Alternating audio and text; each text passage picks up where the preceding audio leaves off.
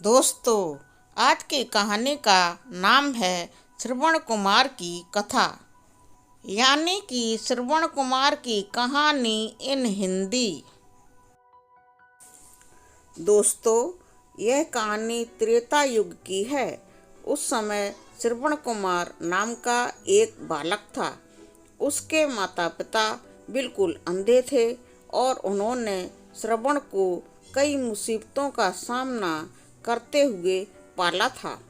श्रवण कुमार बचपन से ही अपने माता पिता का बहुत आदर करता था। जैसे जैसे श्रवण कुमार बड़ा होता गया, उसने घर की जिम्मेदारी अपने कंधों पर ले ली थी।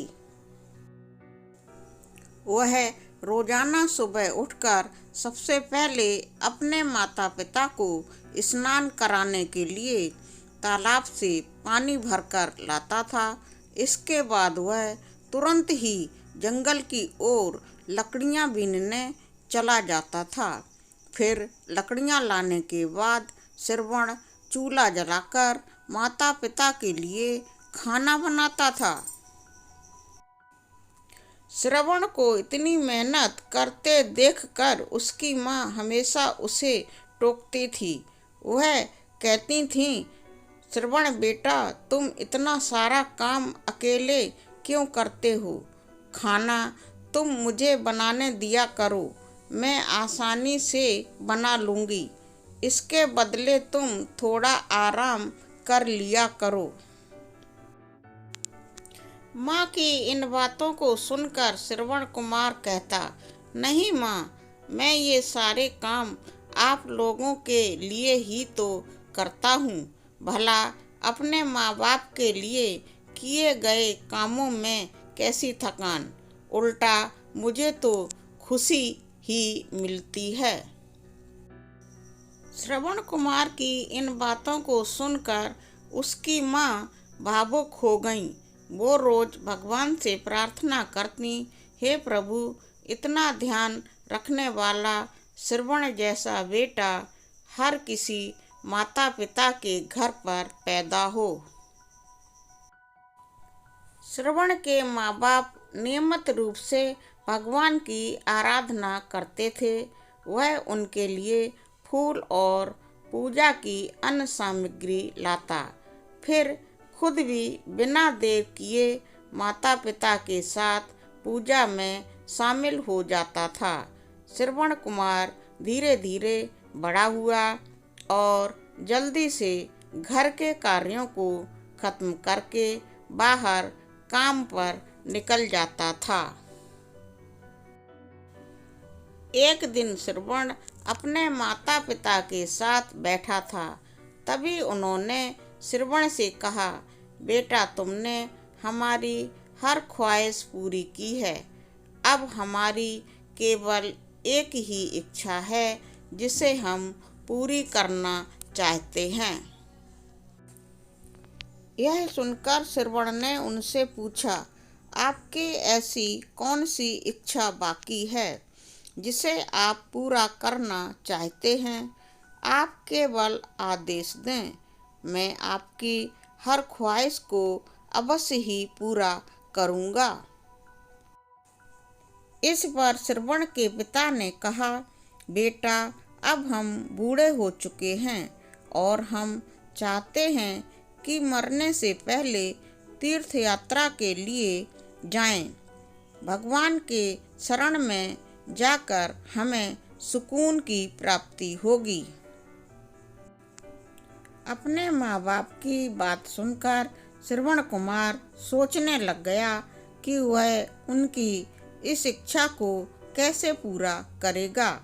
उस समय बस और ट्रेन की सुविधा नहीं थी, साथ ही उसके माता पिता देख भी नहीं सकते थे। ऐसे में उन्हें तीर्थ यात्रा कराना भला कैसे संभव हो पाता। तभी श्रवण कुमार को एक तरकीब सूझी। वह तुरंत बाहर गया और वहां से 2 बड़ी बड़ी टोकरी लेकर आया। उसने उन दोनों टोकरियों को एक मजबूत डंडे में मोटी रस्सी के सहारे लटकाकर एक बड़ा सा तराजू जैसा बना लिया। फिर श्रवण कुमार ने उस तराजू में अपने माँ बाप को बारी बारी से अपनी गोद में उठाकर बैठा दिया। उसके बाद तराजू को अपने कंधों पर लेकर उन्हें तीर्थ यात्रा पर लेकर निकल पड़ा। वह लगातार कुछ दिनों तक अपने माता पिता को एक के बाद एक सभी पवित्र स्थलों पर घुमाने लगा। इस दौरान श्रवण कुमार ने अपने माता पिता को प्रयाग से लेकर काशी तक के दर्शन कराए। अपने माता पिता को घुमाते समय श्रवण कुमार उन्हें उन जगहों के बारे में भी बताते चलता था, क्योंकि वह आँखों से उस दृश्य को नहीं देख सकते थे। अपने बेटे की मेहनत को देख उसके माता पिता बहुत खुश थे। उन्होंने एक दिन श्रवण से कहा, बेटा, हम देख नहीं सकते, लेकिन कभी भी हमें इस बात का दुख नहीं हुआ। तुम हमारे लिए हमारी आँखें हो। तुमने हमें जिस तरह सारे पवित्र स्थानों की कथा सुनाकर उनके दर्शन कराए हैं, ऐसा लगता है जैसे कि हमने सच में प्रभु के दर्शन अपनी आँखों से किए हों। अपने माता पिता की बातें सुनकर श्रवण ने कहा, आप लोग ऐसी बातें ना करें। बच्चों के लिए माता पिता कभी भी बोझ नहीं होते। यह तो बच्चों का धर्म होता है। एक दिन श्रवण कुमार आराम करने के लिए अयोध्या के पास अपने माता पिता के साथ रुका। तभी उसकी माँ ने पानी पीने की इच्छा जताई। श्रवण को पास में ही एक नदी दिखाई दी। उसने अपने माता पिता से कहा, आप दोनों यहाँ आराम करें, मैं आप लोगों के लिए अभी पानी लेकर आता हूँ। नदी के पास पहुँचकर श्रवण कुमार कमंडल में पानी भरने लगा। लेकिन उसी जंगल में अयोध्या के राजा दशरथ भी शिकार के लिए पहुँचे हुए थे। पानी में हलचल की आवाज़ सुनकर उन्हें लगा कि कोई जानवर पानी पीने आया है। उन्होंने बिना देखे समझे केवल ध्वनि सुनकर ही अपना तीर चला दिया। दुर्भाग्य से वह तीर सीधे श्रवण कुमार को लग गया। उस तीर के लगते ही श्रवण कुमार चीख पड़ा। इसके बाद राजा दशरथ जब अपने शिकार को देखने पहुँचे तो वहाँ श्रवण कुमार था। वो तुरंत श्रवण कुमार के नज़दीक पहुँचे और कहा, मुझसे बहुत बड़ी भूल हो गई है, मुझे माफ़ कर दीजिए। मुझे बिल्कुल नहीं पता था कि यहाँ कोई मानव होगा। मैं इस गलती का पश्चाताप करने के लिए क्या करूं कि तुम मुझे माफ़ कर दो। तभी कराहते हुए श्रवण कुमार ने कहा, यहाँ से थोड़ी ही दूर जंगल में मेरे माता पिता बैठे हैं। उन्हें काफ़ी जोर की प्यास लगी है। आप उन तक यह पानी पहुंचा दीजिएगा और मेरे बारे में उन्हें कुछ भी ना बताएं। इतना कहते कहते श्रवण कुमार की सांसें रुक गईं। श्रवण कुमार की मौत से राजा दशरथ भी बिल्कुल ही सुन्न पड़ गए। किसी तरह वो श्रवण कुमार के बताए अनुसार जल लेकर उसके माता पिता के पास पहुँचे। श्रवण के माता पिता अपने बेटे की आहट को बखूबी पहचानते थे।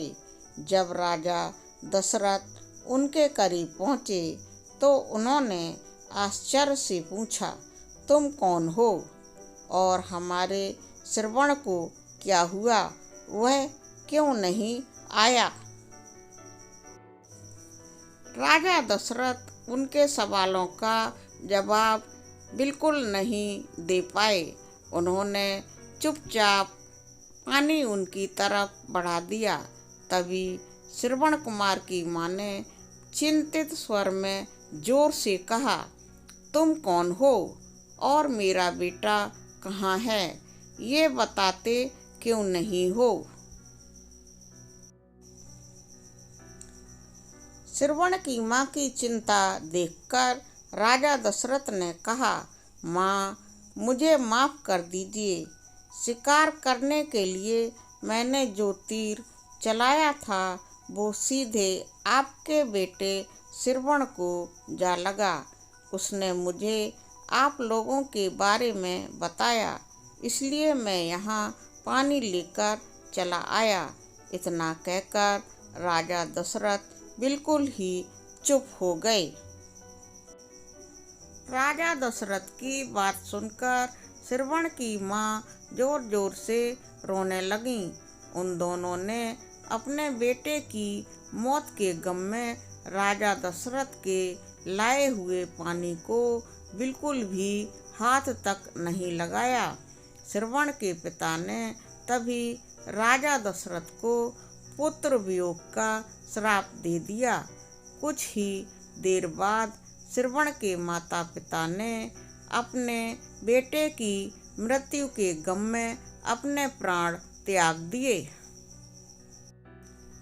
दोस्तों, ऐसा बताया जाता है कि श्रवण कुमार के पिता के श्राप के परिणाम स्वरूप ही राजा दशरथ को अपने पुत्र राम से दूर रहना पड़ा था। राजा दशरथ के इस श्राप को पूरा करने के लिए ही भगवान राम को 14 वर्षों का वनवास हुआ, जिसका माध्यम दशरथ की पत्नी कैकेयी बनी।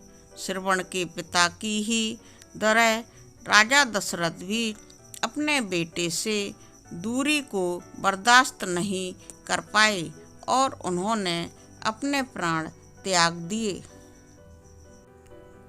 दोस्तों, इस कहानी से सीख, हर बच्चे को अपने माता पिता की सेवा श्रवण कुमार की तरह ही निस्वार्थ भाव से करनी चाहिए। यही उनका सबसे बड़ा कर्तव्य है। दोस्तों, हमारी यह श्रवण कुमार की कथा कहानी आपको पसंद आने पर वीडियो को लाइक करें, कमेंट करें एवं शेयर करें और कहानियों के वीडियो देखने, सुनने और पढ़ने के लिए मेरे चैनल को सब्सक्राइब करें और मुझे सपोर्ट करें। धन्यवाद।